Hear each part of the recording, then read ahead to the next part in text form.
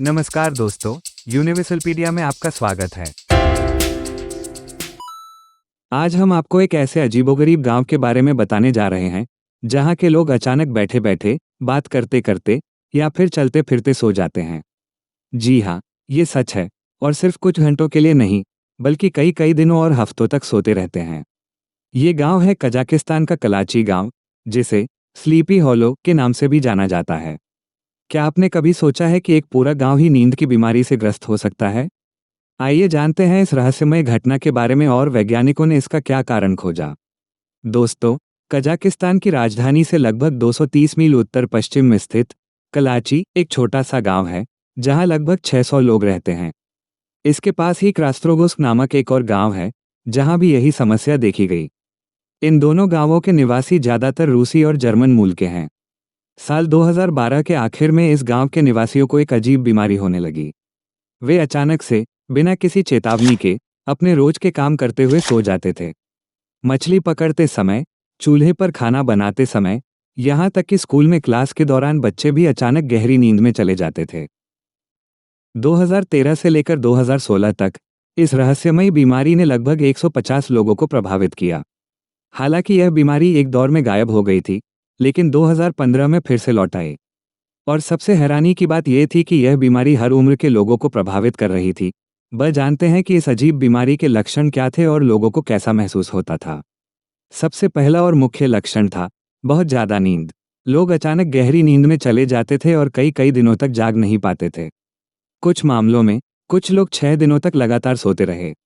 अधिकांश लोगों को अपने सोने का एहसास भी नहीं होता था। वे किसी भी समय, कहीं भी सो सकते थे, बैठे बैठे, बात करते हुए या फिर चलते फिरते सो जाते थे। एक स्थानीय नर्स ने कुछ न्यूज रिपोर्टर को बताया, आप उन्हें जगा सकते हैं, वे आपसे बात कर सकते हैं, आपको जवाब दे सकते हैं, लेकिन जैसे ही आप बात करना बंद करें और उनसे पूछें कि उन्हें क्या परेशानी है, तो वे बस सोना चाहते हैं। सोना, सोना। इन लोगों में नींद के अलावा इस बीमारी के दूसरे लक्षण दिखाई देते थे, जैसे हेलुसिनेशन यानी मतिभ्रम। लोगों को अजीब अजीब चीजें दिखाई देती।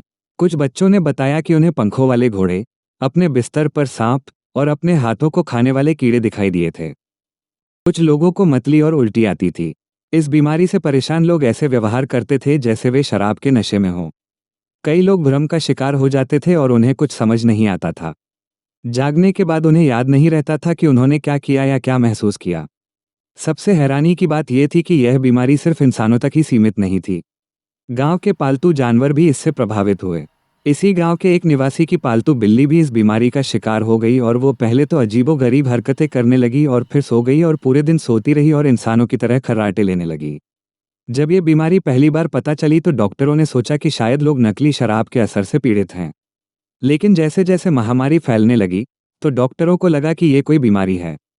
फिर उन्होंने रोगियों को एन्सेफेलोपैथी का ट्रीटमेंट देना शुरू कर दिया, जो दिमाग की बीमारियों के संबंध प्रयुक्त होता है। कई लोगों को संदेह था कि इसका कारण पास में स्थित यूरेनियम खदानें हो सकती हैं, जो सोवियत संघ के पतन के बाद बंद कर दी गई थीं। इन खदानों के कारण क्रास्त्रोगोस्क गांव एक भूतिया गांव बन गया था, जहां पहले 6500 निवासी रहते थे, अब सिर्फ 130 ही बचे थे। आखिरकार वैज्ञानिकों ने इस रहस्य को सुलझा लिया। कजाकिस्तान के उप प्रधानमंत्री बेरदिबेक सपरबाइव ने बताया कि वास्तव में यूरेनियम खदानों में ही इसका कारण छिपा था।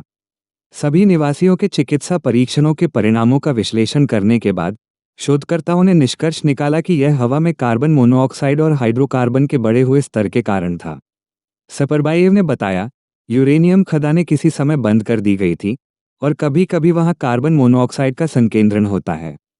इस कारण हवा में ऑक्सीजन कम हो जाती है, जो इन गांवों में सोने की बीमारी का वास्तविक कारण बनती है।